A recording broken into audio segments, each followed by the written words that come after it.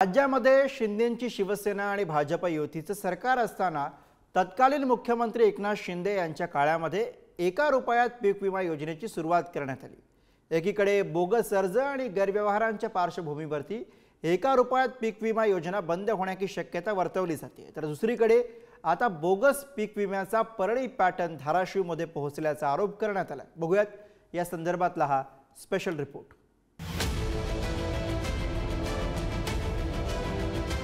बीड जिल्ह्यातील पीक विमा घोटाळ्याचा परळी पॅटर्न धाराशिव जिल्ह्यातही पोहोचलाय। गायरान सरकारी जमिनीसह रस्ते कालवे असलेल्या जागांवरही पीक विमा उतरवल्याचं समोर आलंय। धक्कादायक बाब म्हणजे राज्यातील इतर जिल्ह्यातील 565 जणांनी धाराशिव जिल्ह्यात पीक विमा उतरवलाय।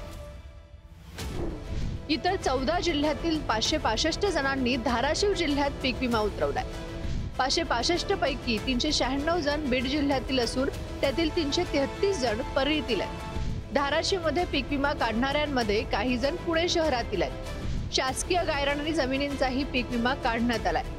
कालवे तलावांसाठी संपादित जमिनींचाही पीक विमा काढण्यात आलाय। रस्ते वनजमीन शाळेच्या नावे असलेल्या जमिनींचाही पीक विमा काढलाय। पीक विमा 1 रुपया चालू झाला त्यावेळेस शेतकऱ्यांची संख्या जवळपास सुरुवातीला 70-80 लाख शेतकरी विमा भरायचे, नंतर ती संख्या 1,71,00,000 गेली, जवळपास 80-90 लाख 1 कोटीपर्यंत शेतकरी वाढले, शेतकऱ्यांची संख्या वाढली।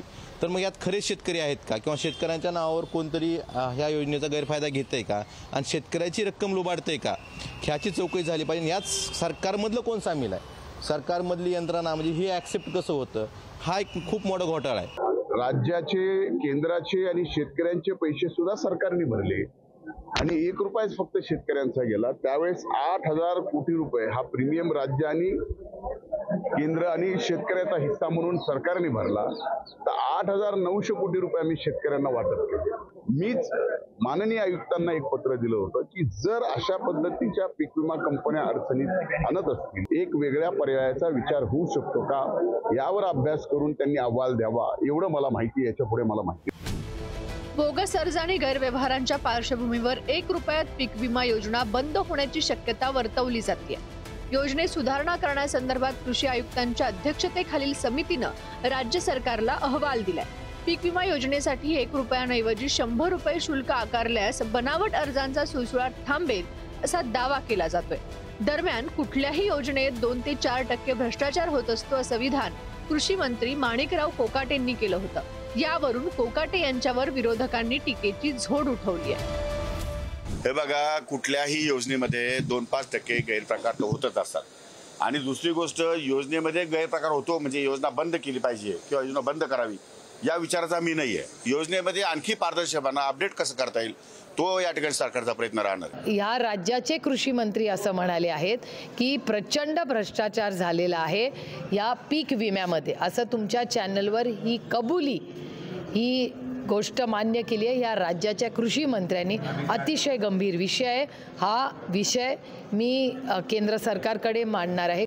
13,190 हेक्टर आहे एकट्या सोनपेठमध्ये, 13,190 हेक्टर आहे आणि संपूर्ण बीड परभणी जिल्ह्यामध्ये 40,000 हेक्टर आहे आणि बीड जिल्ह्यामध्ये 39,000 हेक्टर सापडले आता। आणि जे कृषी मंत्री महोदय म्हणतायत ना की 350 कोटीचाच घोटाळा झाला, हा 350 कोटीचा नाही। कृषी मंत्री महोदय, तुम्ही आता चार्ज घेतलेला आहे, टोटल डॉक्युमेंट्स पाहिजे असतील तर आम्ही डॉक्युमेंट तुम्हाला प्रोव्हाइड करतो। 5,000 कोटीच्या वरती हा घोटाळा गेलेला आहे।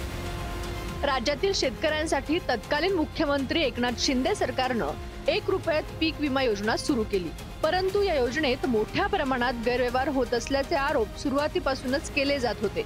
पीक विमा कंपन्यांसह सीएससी सेंटर चालक सरकारच्या पैशावर डल्ला मारतायत। मात्र इतरांच्या लबाडीची शिक्षा सर्व शेतकऱ्यांना देणं योग्य आहे का, की निवडणूक संपल्यानं 1 रुपयात पीक विमा योजना बंद करण्याचा घाट घातला जातोय असा प्रश्न उपस्थित होतोय।